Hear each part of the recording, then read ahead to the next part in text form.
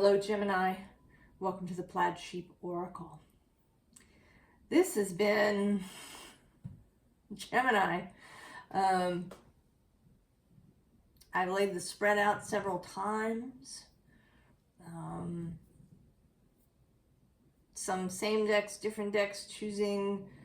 I had some difficulty with Sagittarius too in this way. But in yours, it really seems to be integral to the message of the reading. I even did a whole reading. And when I got done with it, it was kind of, right, it felt long and rambling and I don't know, it didn't feel clear to me.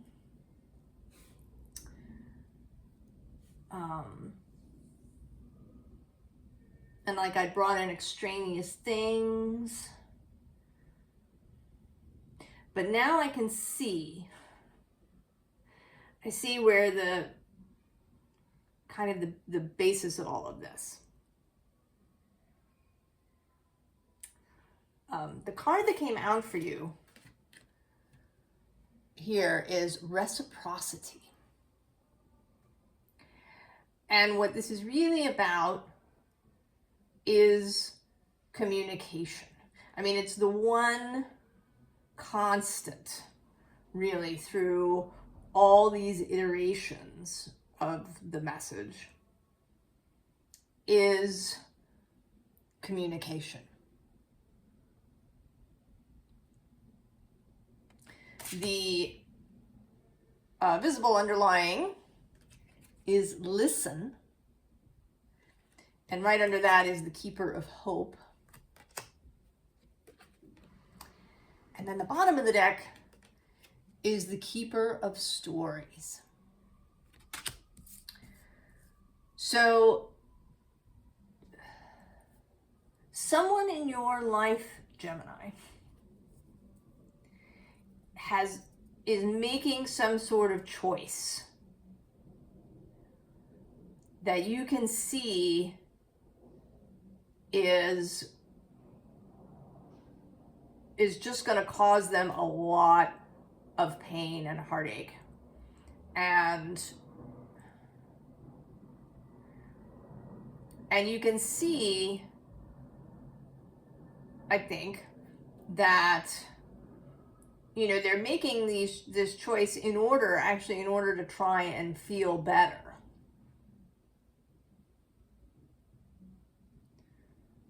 That there's something that they're reaching for. If you've listened at all to Gabor Mate, he's a Hungarian/Canadian physician, and he speaks a lot about working through all the stuff we accumulate in childhood. And he talks about addiction, and addiction as an attempt to solve a problem. So we have a problem, that is that we feel bad in some way. And our attempt to feel better is, you know, possibly to numb out with something like alcohol or drugs or, you know, even the internet.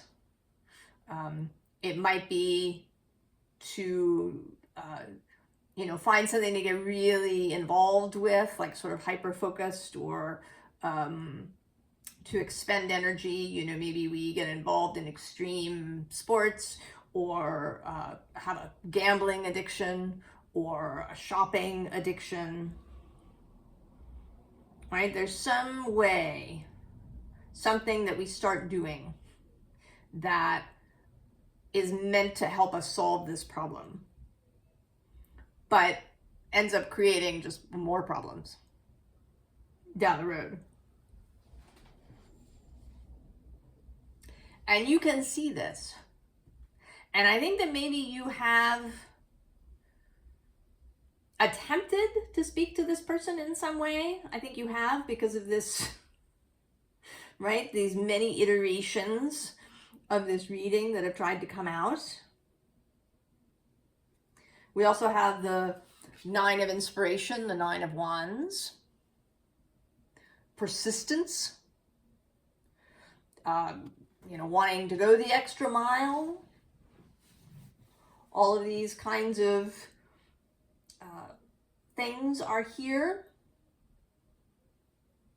But now maybe through this reading, or perhaps through other things, maybe this is a confirmation for you. Below this we have the Ace of Voices, where you're having a new idea. And actually the bottom of the deck is also the Page of Inspiration. So you're having a new idea. You're having a new vision of how to approach this person.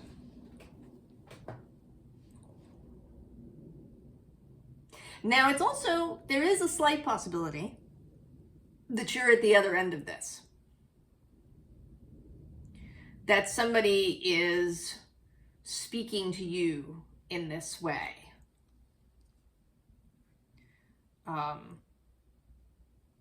And that you have not been hearing them. But I think that it's more likely that you're the one trying to get the message across.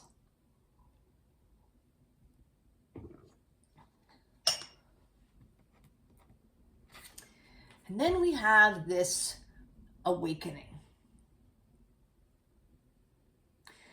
It may be that up until this point, you have been using logic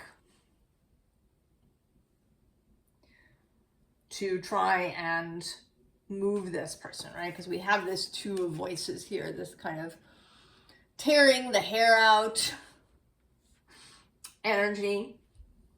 The Two of Swords came out a couple of different times in the other versions of this reading in different places. So wanting to use logic. Is this thing that you're doing, does it make sense? Can't you see that it doesn't make sense? But I think that you now understand that logic is not going to do it.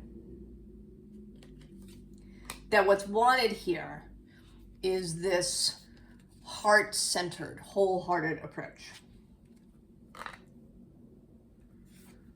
Right here with this Knight of Emotions.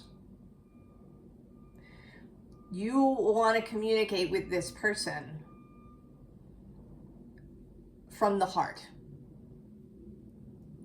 Appealing to their brain is not going to get you what you want.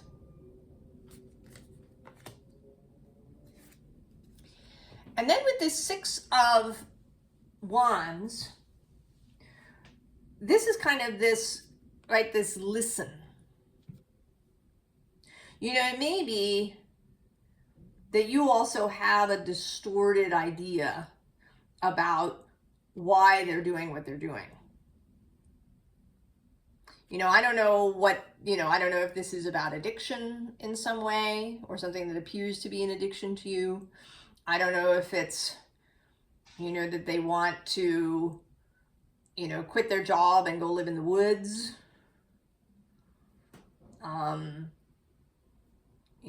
Or give away all their money, or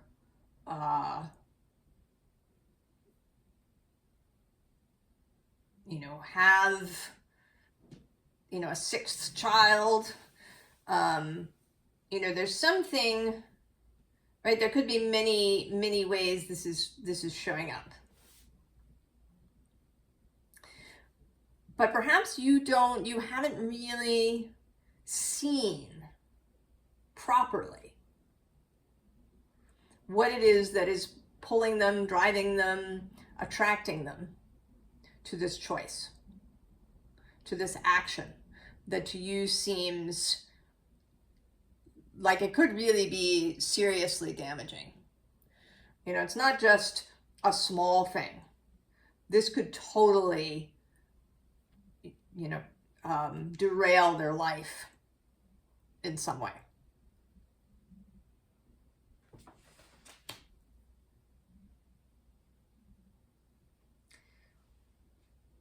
And what you haven't entirely seen, perhaps because you haven't listened,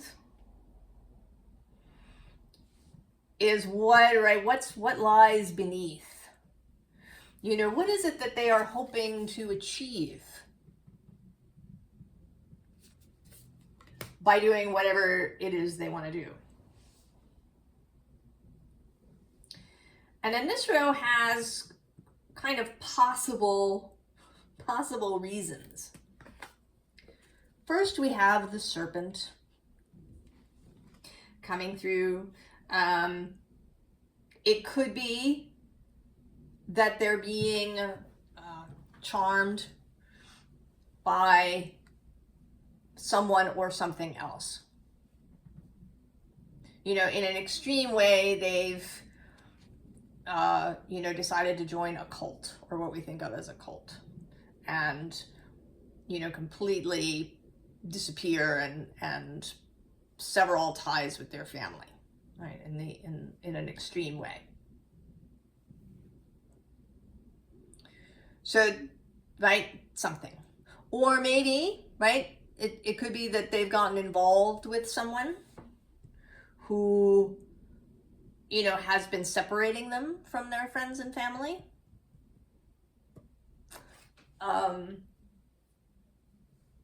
Right, it could be that, right, that they're being attracted by something, right, a group, a person, a movement.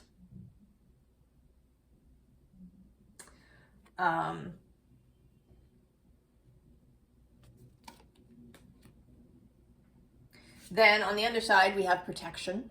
So it may be that they're doing this because they feel threatened in some way, and that if they do X, Y, or Z, that will protect them.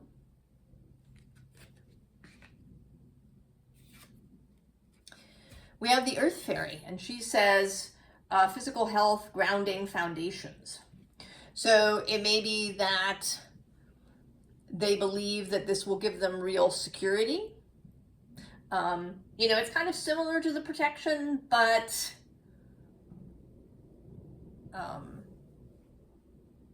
you know, more in a, you know, not so much building walls, but by maybe this, they believe that whatever this is will give them a solid foundation for the future in some way. Or that it will give them, you know, kind of financial security. We are currently living in a really, you know, in a time that seems filled with chaos and upheaval and change. So there may be elements of wanting to, you know, to be secure in some way. And then we have restriction. So there may be ways that they feel restricted, and they believe that if they do X, Y, or Z, they'll be free. You know, if they leave the country and go move somewhere else, they'll be free to do what they want.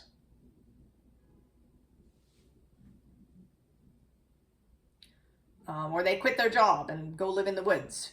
They'll be free to do whatever they want.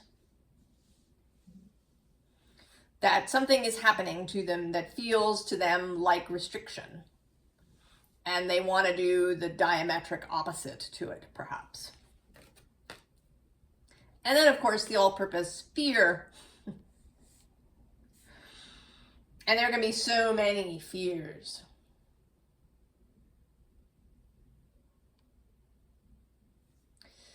And I think, you know, I've really been thinking about, you know, Neptune and Saturn and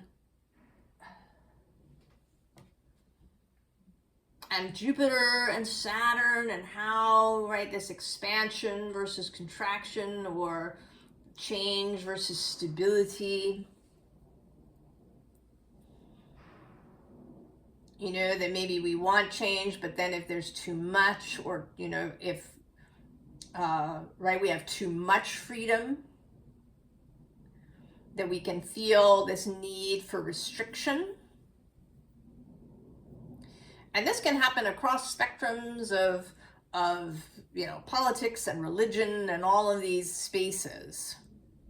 It kind of doesn't matter where you are, what the group is, what it is, what the family is. There can be an impulse to control because things seem out of control.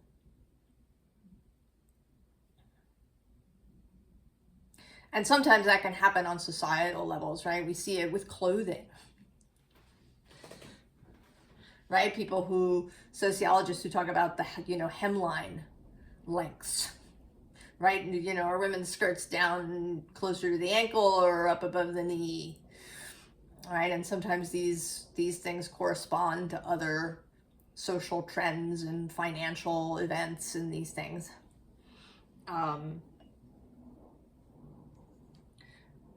And that if, we want it to be more free, but we've gone too far. We need to pull it back in. So there's lots of ways that fear can show up.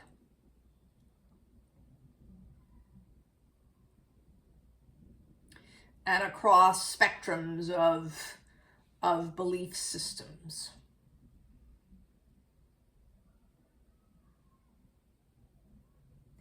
And for those of us, this may be a little, I don't know, arrogant or I don't know. But I think that every generation has people who kind of manage to stay free of these, tendencies to flip back and forth. People who are able to kind of keep their own center, even in the face of what seems like radical change. And that, right, if we are them here on the channel, perhaps, that I think part of our job is to help provide counterpoints to, maybe help people recenter, find their own ground, rather than needing to create it sort of externally. But we have to hear people. We have to find out, with a particular person, what is their, do they feel restricted? Or do they feel like they're flapping around with no solid ground beneath them? Are they being tempted by something that sounds really good and really safe and really, will fulfill all of their needs? Or are they rushing away from everything?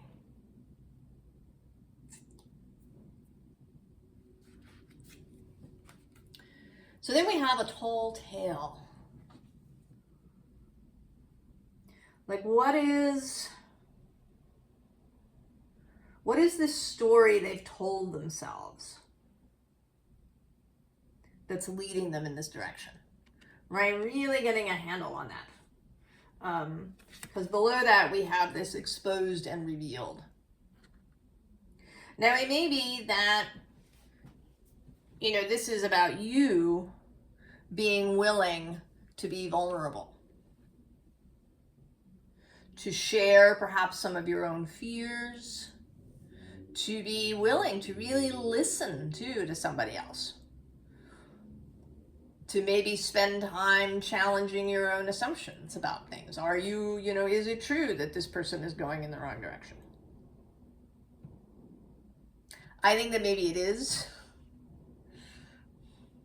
Because people do. And I don't subscribe to this idea that we should always let people do what they're going to do. I think that you have to, right, that's part of your right? What is your compass telling you?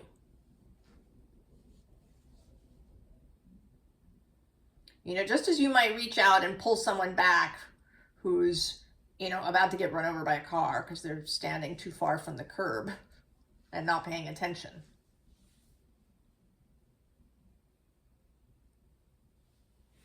You can do that in other ways. I think if it feels right to you, right? If your heart is telling you that you should intervene,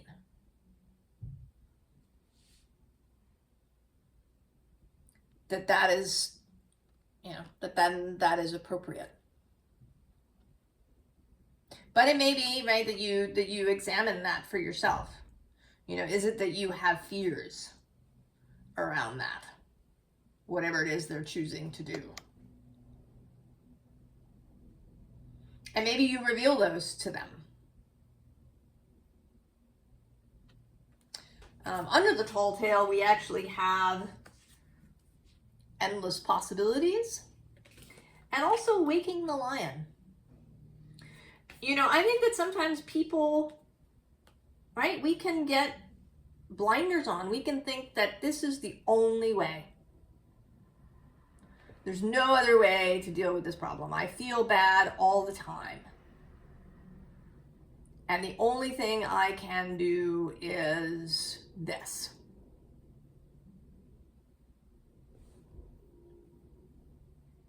This is my only choice. And that, I think, is never true. I think there's always another way. Right? I mean, it may be beyond the ordinary. There may be a spiritual, magical aspect to this.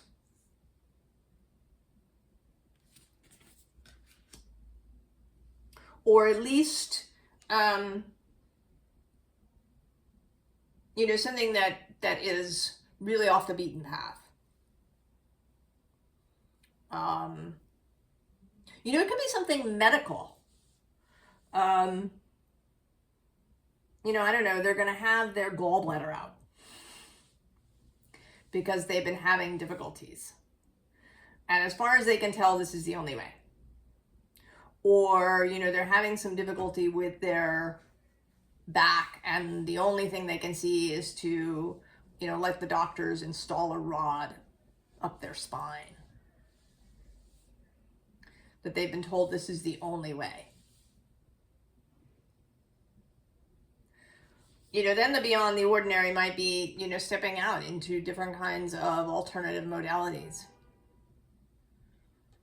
Encouraging them to see that there may be another path to healing their body that doesn't involve something, you know, that radically changes their body. That there are other ways. Spirit of gratitude. This actually feels like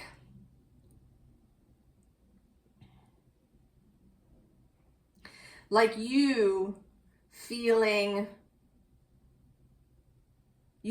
grateful for having this opportunity, for knowing this person, for you know, just for being in this space at this time, not seeing it in a negative way. I actually had this thought when I saw an ad for Christmassy things. And my usual response to this would be, oh my God, it's, you know, not even November. Right? We haven't even had Halloween. And we're, you know, having an ad for Christmas. But I stopped myself. And said to myself, enjoy it, right? Take pleasure in the fact that Christmas is coming.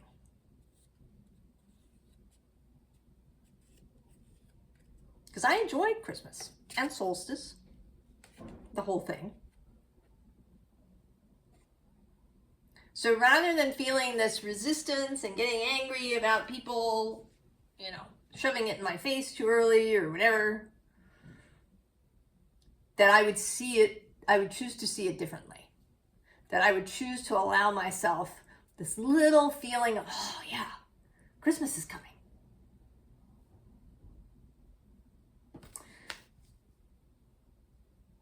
Right? So feeling that this is, rather than feeling like, oh my God, I know this person, they're gonna ruin their life.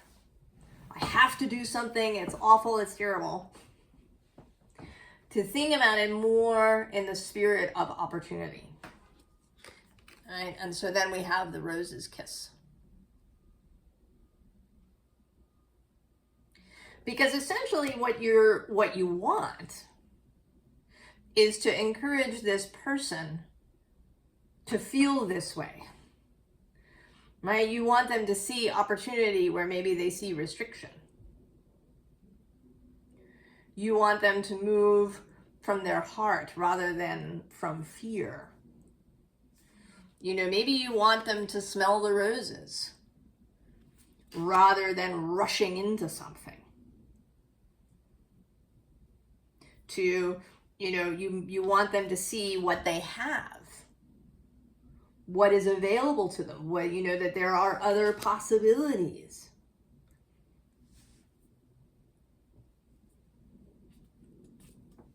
And so we have the Two of Cups. And also the Two of Pentacles. All right, these kind of cards of coming together, of reciprocity, of balance, of seeing more than one perspective. And then also this card, which is, this kind of soul journey card.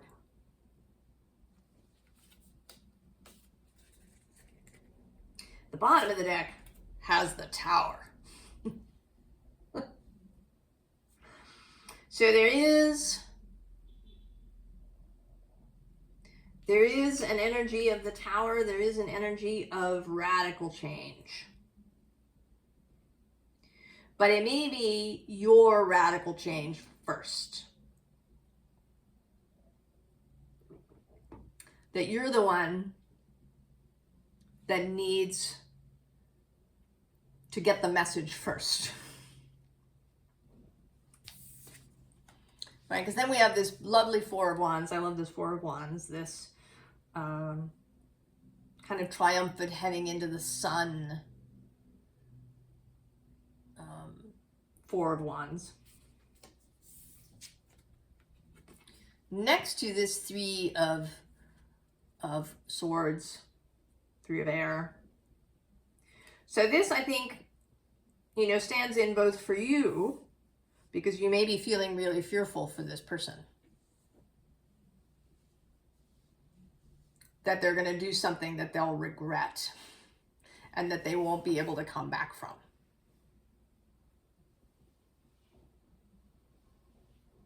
And there's many things that can fit this category, right? It can mean, maybe having a child when they're not ready, or it could be, choosing to have their tubes tied, or it could be getting married to somebody who is going to be a problem.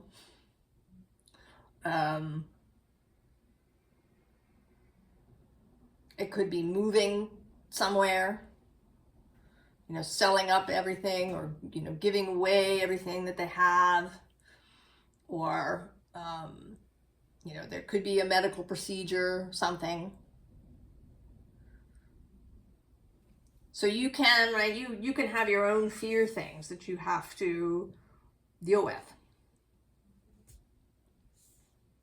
And then there is them. Because chances are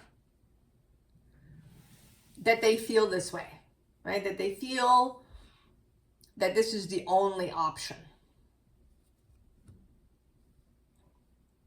They may even feel, I didn't show this, but under the Serpent card is the Joy card. As well, actually, I'm just seeing now the Goblin card. It could be that, you know, they think this, right? This is going to solve all their problems. It's going to be great, right? They feel a great joy at the idea of, you know, giving everything away that they own and, you know, joining a monastery or, you know, doing something similar. And that it feels like, you know, this is how it's going to be, right? It's going to feel so great to give everything away. But, you know, it's hard to come back from that if something changes.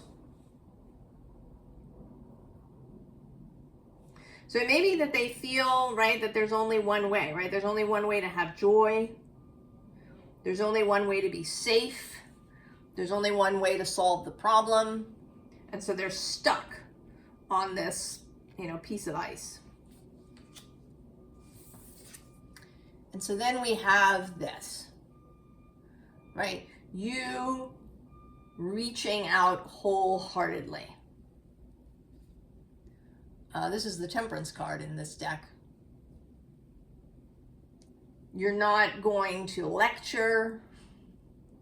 You're not going to try and scare them with, you know, all the statistics. You're going to listen. Really listen to what they have to say. Maybe they've never been heard before. You're not going to dismiss them. And then you're going to speak honestly and from the heart about what you believe.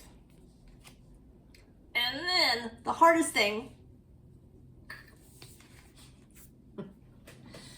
you're going to accept the uncertainty here of the moon. You are going to accept that you don't know for sure. And that maybe it won't work. Or maybe it's going to take time. Maybe there'll have to be 3 or 4 conversations, or 5 or 10. You know, where each one is a little bit further. Or maybe, right, you plant the seed and then they, you know, they start to encounter, right, law of attraction starts to bring stuff to them that shows them other possibilities. But that it takes time. And that you have to live in the uncertainty of not knowing. Right? You can't make them decide now.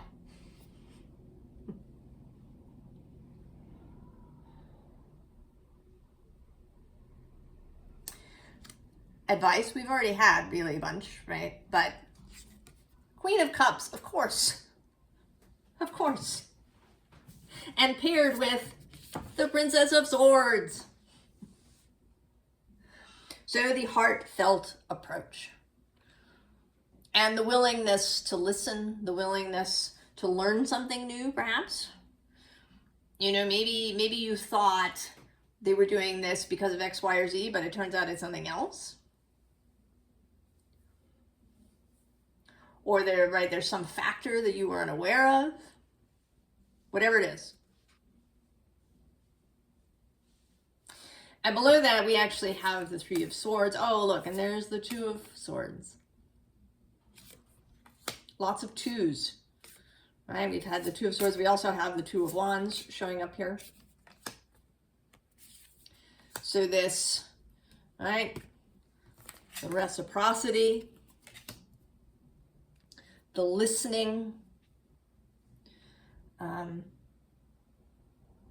You know, and listening to pain and fear Often we don't want to do that. You know, maybe other people in their lives haven't really wanted to listen. They've just, you know, maybe this is somebody who offered the solution. Oh, you're having this problem? Well, just do X. You know, that'll fix everything.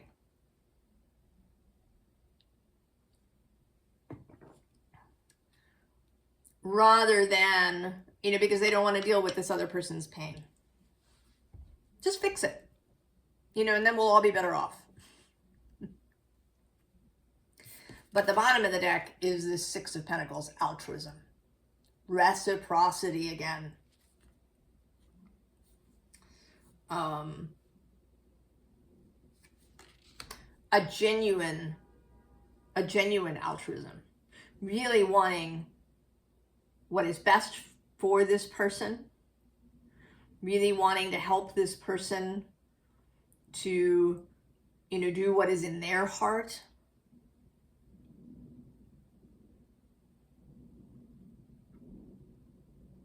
Right? Helping this person to be wholehearted.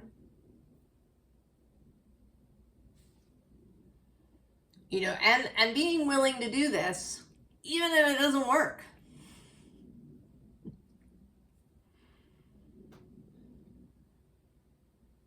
So we start with Seven of Swords, futility. And this, right, this unicorn is kind of leaping over these swords. Getting over the idea that it's futile. Because maybe you've tried 3 or 4 times before and it hasn't worked. So you know, is it futile? Move past that. This King of Discs with his, you know, open third eye. To be the stability maybe that's needed. To be the calm. To be the gentleness. To be the security. To be the container.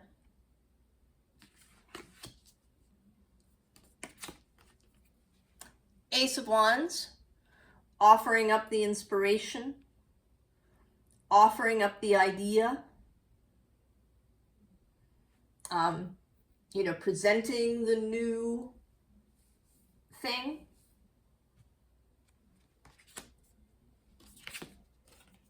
And then the Moon repeats. With this willingness to be uncertain.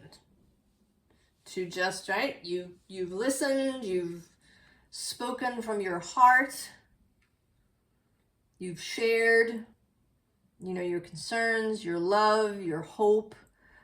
You know, maybe you've shared some other possible solution or option that someone may have. And then you let it, right? You let it go. Right? You're not here to drive the point home.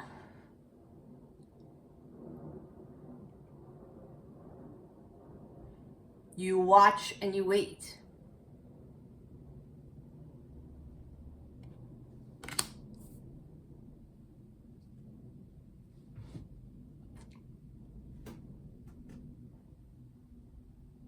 So maybe, Gemini, you, right, it's about you getting the message first. Right? Because we do have this keeper of stories. What are the stories you've told yourself? You know, what are their stories? So maybe it's you, right? You need to be open to a message first. To your own understanding of you know, where your fear perhaps is coming from. And then you can be really open and generous in your communication with this other person. I hope this made sense. It's a long road to get here. I wish you the very, very best, and I wish your person the very, very best. And I will see you next time, Gemini. So long.